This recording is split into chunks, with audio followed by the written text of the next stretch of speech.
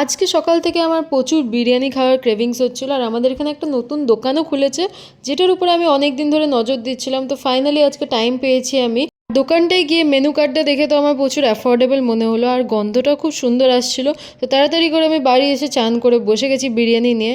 আর সত্যি বলতে গেলে বিরিয়ানির টেস্টটা ভালো ছিল, কিন্তু বিরিয়ানিটা প্রচণ্ড ড্রাই ছিল, আর আমি একদম ড্রাই বিরিয়ানি খেতে পারি না। বিরিয়ানির সাথে এই আমুল মাসির কম্বিনেশনটা আমার খুব ভালো লাগে। তো বিরিয়ানি খাওয়ার পর একটা ভালো ঘুম দিয়ে নিয়েছি, আর বিকালবেলা উঠে গেছিলাম কারণ বাইরে যাওয়ার ছিল একটু।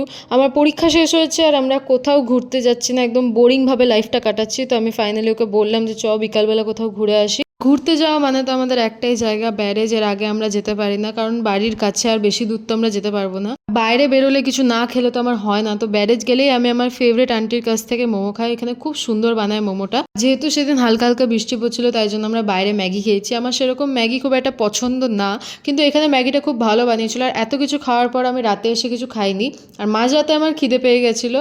So that's it for today. I see you guys in my next video.